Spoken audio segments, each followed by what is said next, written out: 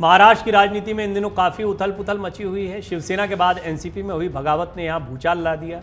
दोनों ही गुटों की अलग अलग रैलियां चल रही हैं। एक तरफ शरद पवार बोलते दिखाई दिए, दूसरी तरफ अजीत पवार बोलते दिखाई दिए। अजीत पवार की तरफ से तो स्पष्ट संकेत दिया गया, शरद पवार का पोस्टर लगाकर कि वो शरद पवार को अभी भी अपने चेहरे के तौर पर देखते हैं, लेकिन शरद पवार के मंच पर सिवाय उनके किसी का चेहरा नहीं है। बताता है कि शरद पवार ने इन सबको किनारे करने का मन बना लिया है। हालांकि किसके साथ विधायकों की संख्या रहती है, विधायकों की योग्यता अयोग्यता को निर्धारित करने के लिए बहुत महत्वपूर्ण है।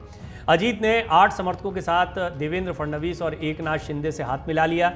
कहा जा रहा है कि सारे इशारे लोकसभा चुनाव को देखते हुए बीजेपी ने अपना कुनबा मजबूत करने के लिए ये दिखाए हैं। एक तरफ जहां शिंदे और फडणवीस अजीत पवार का स्वागत करने में लगे हुए हैं, वहीं दूसरी तरफ शिंदे गुट के खफा होने की खबरें भी सामने आने लगी हैं। इसी मसले पर एकनाथ शिंदे वाली शिवसेना के नेता संजय शिरसाट ने पत्रकारों से बात की, जिसमें उन्होंने कहा कि अपने नेताओं की नाराजगी नहीं झेल सकते। आगे की रिपोर्ट में हम आपको बताएंगे कि क्या अजीत पवार के आने से शिंदे का पत्ता कट जाएगा, क्या अजीत पवार भावी सीएम होंगे, क्या अजीत के आने से विपक्षी एकता को झटका लगेगा, क्या शिंदे गुट के नेताओं की नाराजगी दूर कर पाएगी बीजेपी।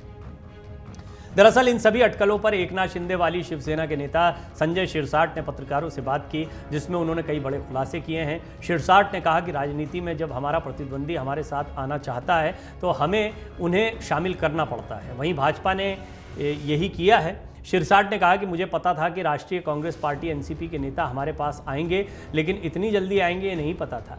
वहीं लोग एनसीपी छोड़कर भाजपा में शामिल होना चाहते थे। उन्होंने आगे कहा कि राजनीति का उसूल है कि कोई प्रतिद्वंदी नेता अगर आपकी पार्टी में शामिल होना चाहता है तो आपको शामिल करना पड़ता है। यही नीति भारतीय जनता पार्टी ने अपनाई है। शिवसेना नेता ने आगे कहा कि एनसीपी के नेताओं के आने से हमारे कुछ लोग नाराज हैं, क्योंकि उनमें से कुछ को पद मिलने वाला था जो अब नहीं मिलेगा। उन्होंने कहा कि हम झूठ क्यों बोले कि सब खुश हैं, सच यही है कि हमारे सभी नेता इस फैसले से खुश नहीं हैं। शिरसाट ने कहा कि इस बात से मुख्यमंत्री और उप मुख्यमंत्री को अवगत करा दिया गया है। उन्हें इस मुद्दे को हल करना होगा, क्योंकि अपने नेताओं का नाराज होना भी पार्टी के लिए ठीक नहीं है।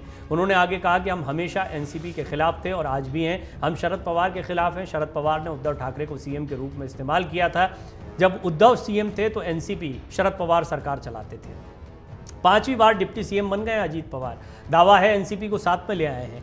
डिप्टी सीएम बने अजीत पवार ने 14वीं विधानसभा में 3 बार शपथ भी लिए। एक नया रिकॉर्ड बना लिया उन्होंने। दरअसल महाराष्ट्र की राजनीति में रविवार को बड़ा उलटफेर करते हुए अजीत पवार एकनाथ शिंदे के मंत्रिमंडल में शामिल हो गए। उनको महाराष्ट्र का डिप्टी सीएम बनाया गया। इसके साथ ही अजीत पवार 5वीं बार महाराष्ट्र के डिप्टी सीएम बने। 14वीं विधानसभा में उनके नाम 3 बार शपथ लेने का रिकॉर्ड भी दर्ज हो गया।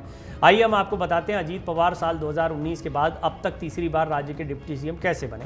23 नवंबर साल 2019 की सुबह 8 बजे की बात है, जब महाराष्ट्र की राजनीति में सियासी भूचाल आया। भाजपा की तरफ से देवेंद्र फडणवीस को मुख्यमंत्री बना दिया गया, जबकि एनसीपी की ओर से अजीत पवार ने चाचा शरद पवार से बगावत कर डिप्टी सीएम पद की शपथ ले ली। शपथ लेने के 80 घंटे में ही अपने पदों से दोनों चले गए, जिसके बाद ये सरकार गिर गई और फिर आपने देखा उद्धव ठाकरे आए। लेकिन यहाँ पर भी उद्धव ठाकरे के साथ में कौन दिखाई दिए? अजीत पवार ही।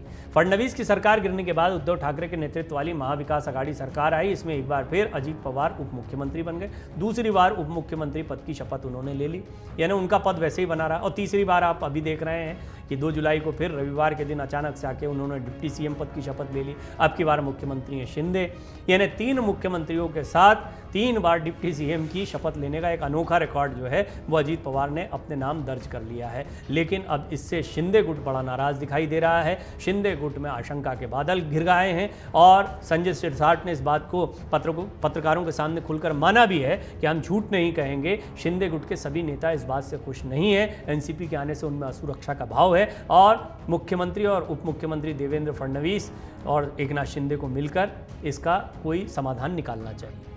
अमर उजाला अब आपके टीवी पर भी।